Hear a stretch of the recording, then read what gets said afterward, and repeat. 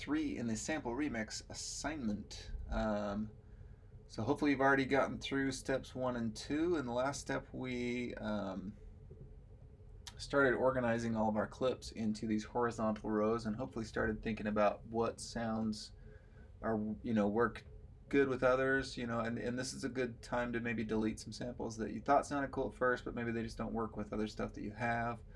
And you might even want to go back and look for some more samples. But at some point, you do have to say, like, okay, I've got some ideas. Let's start trying to map out this song and how it goes. And that's what this step is all about. Um, so I've mapped out my intro and labeled that one, and I pretty much know how I want that one to go. And so what we're going to do in this step is we're going to take our ideas from this screen and move them to this screen. And this screen will actually like write out, I want my intro to be this long, and then it's going to transition to my A section, which will be that long, and then my B section will be that long. And so that's where we're going to do all that here. And while we're on the screen, I just want to point out a couple things. Up top, there is a number system up here, and that'll let you know how many measures your song is up top, which isn't, well, it's meaningful. I'll tell you about that a little bit, but probably the more meaningful thing for this assignment is your time length, which is down here at the bottom. And that's measured in 10-second increments, usually when you first get in here. So you can see, like, there's my 1 minute mark. It's a good thing to just kind of keep an eye on as you start bringing it in, because we know that our songs need to be at least a minute long. So we need to get to there at some point. Okay. And again, you can zoom in and zoom out, and of course that affects your time scale down here. So just kind of keep an eye on that, just so you know where you're at as you're working on this. Again, when you get to this screen, you've had a lot of experience with this from the mixing assignment that we did before this, but remember your tracks are horizontal here. So this one that's on top is the one that's on the left-hand side here, your drums. Okay. So to bring ideas from this screen over to the other screen, it's actually quite easy. You just click on the sample, and while you're holding down the click, push tab. That changes you to this screen. And then you can drop your track on the corresponding track. A couple things to just kind of be aware of. The drum loop that I just dragged and dropped over here, make sure that you put it on the drum track. It's real easy to get off by one if you're not paying attention, and accidentally put the drum loop on the bass track, which of course would mess you up later on, right? So make sure that your samples stay on the same track that they were on originally. And then also, you can change where you put this sample. So make sure if it's your first thing that you're starting it at the 1.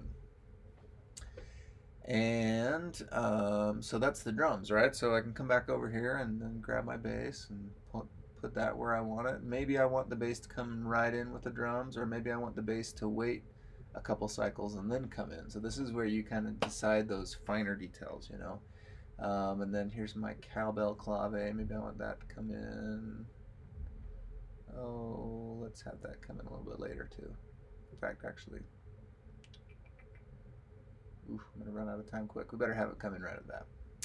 Okay, so now I've kind of got like some ideas spelled out. Now you can see when I bring them over on this screen, they're grayed out a little bit. They're kind of faded colored.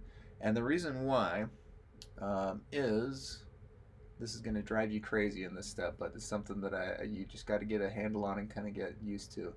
Ableton actually is pretty complex software, and you can do a lot of cool stuff with it live, but one thing that can get really complicated is you can actually have samples playing on this screen and stuff playing on this screen at the same time, and that can be really confusing because you're not seeing both things at the same time.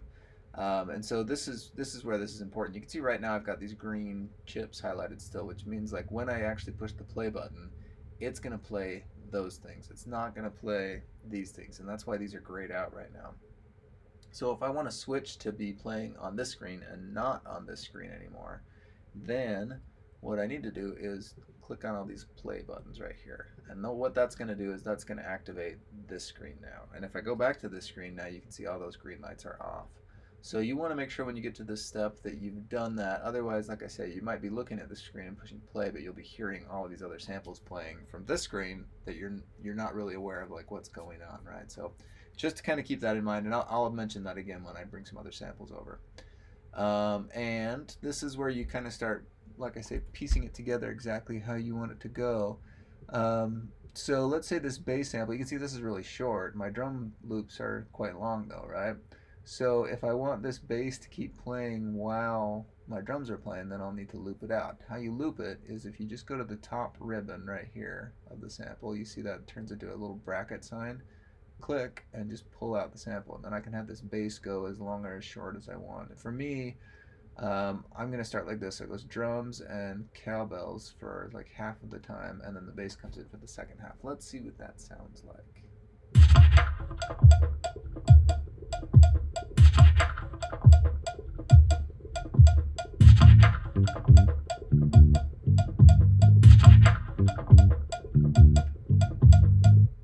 Cool. So that to me sounds like a good intro. Like I think now the song will start officially, and it'll sound pretty good.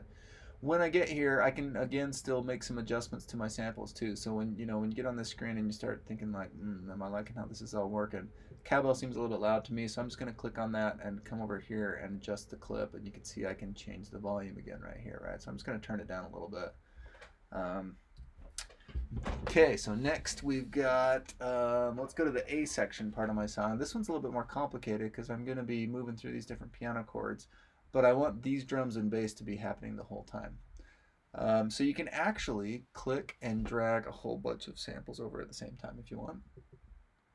So I'm just holding down Shift as I click on all these samples, and you can see all three of them are highlighted blue now.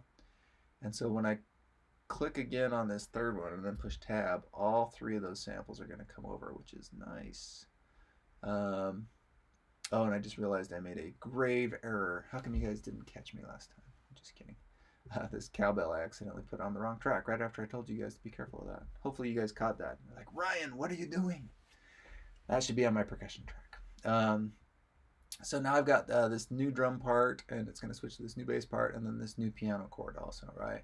And if you remember, I wanted to kind of cycle through some of these piano chords, so I'm gonna have to bring those in separately, and I actually kind of want to stack it about like that. I'm thinking we'll mess around with this as we go, something like that. But I want these drums to last for that whole time, and the bass to also last that whole time. And a couple things I'm looking for when I'm looping things out. Just generally speaking, music likes to happen in groups of fours. Usually we have 4 beats per measure, but even on a bigger scale, if you looked at most of your loops, they would be happening in groups of fours. Like for instance, this drum loop here was an 8 measure loop, right? So that's 2 groups of 4. And the bass sample, if we zoom in here, it was 4 also, right? And anyway, the cowbell clave was 8 also, and so I'm kind of looking at like 4s for my main guidance here, right? And as I'm pulling this out, I'm looking and I'm seeing here that I've got like 5 piano chords that I'm doing, which isn't awful. But like I say, I just generally look for things to happen in groups of 4s. So I may get rid of one of these piano chords and shorten up this section a little bit. You can kind of see I'm already getting close to my 1-minute mark anyway, and I've still got lots of cool stuff to do. So let's see what this sounds like. I'll just kind of cue it up at the end of the intro here.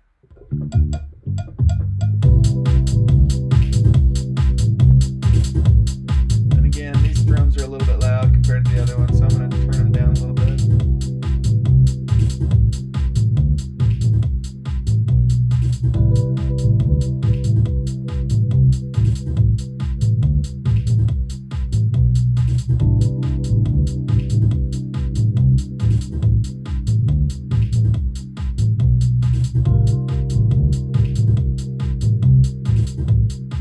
And I'm just thinking that section's going on too long, so I am going to get rid of one of these chords. So I'll just be random about it. I'm going to get rid of the second one. How about? And then I'm just going to pull these guys back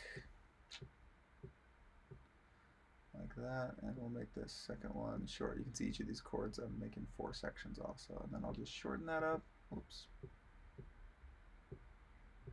Okay, and just bit by bit you build your song this way. Let me just pull one more section in here so we can kind of see what's going to happen with this. So I've got these selected now, and I'm going to just hit Tab, bring them in, something like that. And again, some of these are short, so I'll need to drag them out. Some of them are long, so they'll be good like that. This is the guitar. And the flute, it's just a one-shot sample, so I'm going to actually cycle through some different flute samples there. And I can tell already that drum's going to be loud, so I'm going to turn that down to match, closer match that one. Okay, so that's the next step, is really just bringing in your ideas and starting to put them in their various places, right? And hopefully this step will actually go really fast if you've already done all of the heavy lifting on this page. Then it's just a matter of just translating that over here, right? And like I say, just kind of keep an eye on your time zone. You can see like, oh, I'm really close to a minute already, and I just need to like figure out an outro, and that's about it, right? So looking good on that. That's it for this specific one. We'll in the next video we'll talk about how to wrap these up and just do all the last little finishing touches that you need to do to finish this assignment.